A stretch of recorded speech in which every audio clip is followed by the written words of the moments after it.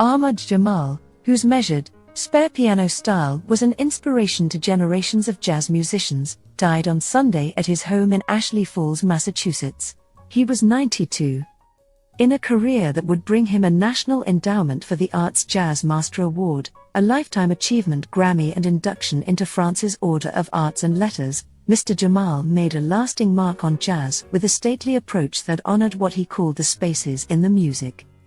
That approach stood in marked contrast to the challengingly complex music known as bebop, which was sweeping the jazz world when Mr. Jamal began his career as a teenager in the mid-1940s. Bebop pianists, following the lead of Bud Powell, became known for their virtuosic flurries of notes. Mr. Jamal chose a different path, which proved equally influential. The critic Stanley Crouch wrote that bebop's founding father, Charlie Parker, was the only musician more important to the development of fresh form in jazz than Ahmad Jamal. In his early years, Mr. Jamal listened not just to jazz, which he preferred to call American classical music, but also to classical music of the non-American variety. "We didn't separate the two schools," he told the New York Times in 2001. "We studied Bach and Ellington, Mozart and Art Tatum. When you start at 3, what you hear you play. I heard all these things." Mr. Jamal's laid-back, accessible style, with its dense chords, its wide dynamic range and above all its judicious use of silence, led to more than his share of dismissive reviews in the jazz press early in his career. Martin Williams's canonical History the Jazz Tradition described his music as chic and shallow. But it soon became an integral part of the jazz landscape. Herbie Hancock and Keith Jarrett are among the prominent jazz pianists who looked to Mr. Jamal as an exemplar. In a Twitter message on Sunday, the bassist and composer Christian McBride wrote, "Ahmad Jamal was someone who always left me completely starstruck. I've stood in a room with him numerous times and never had the guts to say hello. His vibe was just too regal." Probably the best-known musician to cite Mr. Jamal as an influence was not a pianist but a trumpeter and bandleader, Miles Davis, who became close friends with Mr. Jamal, recorded his compositions and arrangements and would bring his sidemen to see Mr. Jamal perform. He once said, "All my inspiration comes from Ahmad Jamal." Mr. Jamal was born Frederick Russell Jones in Pittsburgh on July 2, 1930. Fritz, as he was called, began playing piano at age 3 and a few years later became a student of Mary Cardwell Dawson, the founder of the National Negro Opera Company. By the time Fritz joined the Musicians' Union at age 14, the celebrated jazz piano virtuoso Art Tatum had hailed him as a coming great, and after graduating from high school he began touring with George Hudson's big band. In 1950 he moved to Chicago, where he converted to Islam, changed his name to Ahmad Jamal and assembled a piano-guitar-bass trio known as the Three Strings. During an extended stay at the Manhattan nightclub The Embers in 1951, the trio came to the attention of the noted record producer and talent scout John Hammond, who signed them to the OK label. In 1955 Mr. Jamal recorded his first full-length album, Ahmad Jamal Plays, with the guitarist Ray Crawford and the bassist Israel Crosby, for the Small Parrot label. Tellingly, when the album was acquired and re-released the next year by Argo, a subsidiary of the seminal blues label Chess, it was retitled Chamber Music of the New Jazz. Mr. Jamal received his first major national exposure with the Argo album At the Pershing, But Not For Me, recorded at a Chicago nightclub in 1958 with Mr. Crosby and the drummer Vernal Fournier. It spent more than 2 years on the Billboard album chart, an all but unheard of stretch for a jazz album. The success of At the Pershing stemmed in part from Mr. Jamal's ambling yet propulsive interpretation of the standard Poinciana, still his best-known recording. But he received some criticism for not including any original compositions on the album, which he later said spurred him to focus on writing his own music. Mr. Jamal's output was as prodigious as his light-fingered style was economical. He released as many as 3 albums a year in the late 1960s and early 70s, and more than 60 in his career. He also founded a handful of record labels, a management company and a Chicago nightclub and restaurant called the Alhambra, although that venture lasted less than a year. In keeping with his religious beliefs, the Alhambra did not serve alcohol, which presumably hastened its demise.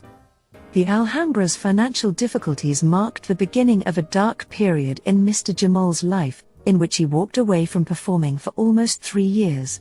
The club closed in December 1961. 3 months later, he filed for divorce from Maryam Jamal, formerly named Virginia Wilkins, whom he had married when he was 17. 5 years of court action followed, during which Mr. Jamal was arrested and charged with non-payment of child support for their daughter. He was later cleared. He was hospitalized in 1963 after an apparent overdose of sleeping pills. Not until 1964 did he begin touring and recording again. He married first as a teenager, and that marriage ended in divorce. He married Sharifa Frazier, the mother of Sumaya, in the early 1960s, and they divorced in 1982. He married Laura Hess Hay, his manager, the same year, and they divorced in 1984, though she continued to represent him until his death. In addition to his daughter, he is survived by 2 grandchildren. Live recordings often captured Mr. Jamal at his nimblest, and many jazz connoisseurs rank such albums as Free Flight, 1971, recorded at the Montreux Jazz Festival, and Chicago Revisited, live at Joe Sagal's Jazz Showcase, 1993, among his best. In 2011, Mosaic Records released a 9-CD boxed set consisting of the 12 albums he recorded for Argo between 1956 and 1962. His album Blue Moon, a well-received collection of originals and standards, was released in 2012 and nominated for a Grammy Award. His last 2 albums were recorded in 2016 and released as Marseille in 2017 and Ballade in 2019. Last year, Mr. Jamal released 2 separate double-disc collections, Emerald City Nights, live at the Penthouse, 1963-64 and 1965-66, consisting of previously unreleased live recordings made in Seattle. A third set, 1966-68, is planned. The reverence with which Mr. Jamal was held stretched well beyond the jazz world. Clint Eastwood used 2 tracks from But Not For Me on the soundtrack of his film The Bridges of Madison County. But the more extensive tributes have come from the world of hip-hop. Tracks like De La Soul's Stakes Is High and Nas's The World Is Yours, along with dozens of other rap songs, have sampled Mr. Jamal's piano riffs. As infectious as those riffs were, it was ballads that held the strongest appeal to Mr. Jamal. Like many other interpreters of the standard repertoire, he made a point of learning the lyrics to the songs he played. He spoke approvingly to the Times in 2001 about a conversation he once had with a great jazz saxophonist who was also known for his way with a ballad. "I once heard Ben Webster playing his heart out on a ballad," he said. "All of a sudden he stopped. I asked him, 'Why did you stop, Ben?' He said, 'I forgot the lyrics.'"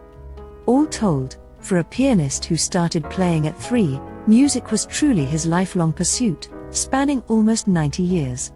And he was always looking ahead. "I'm still evolving," Mr. Jamal told The Times in a phone interview last year, not long after turning 92. "Whenever I sit down at the piano, I still come up with some fresh ideas." The reverence with which Mr. Jamal was held stretched well beyond the jazz world. Clint Eastwood used 2 tracks from But Not For Me on the soundtrack of his film The Bridges of Madison County. But the more extensive tributes have come from the world of hip-hop.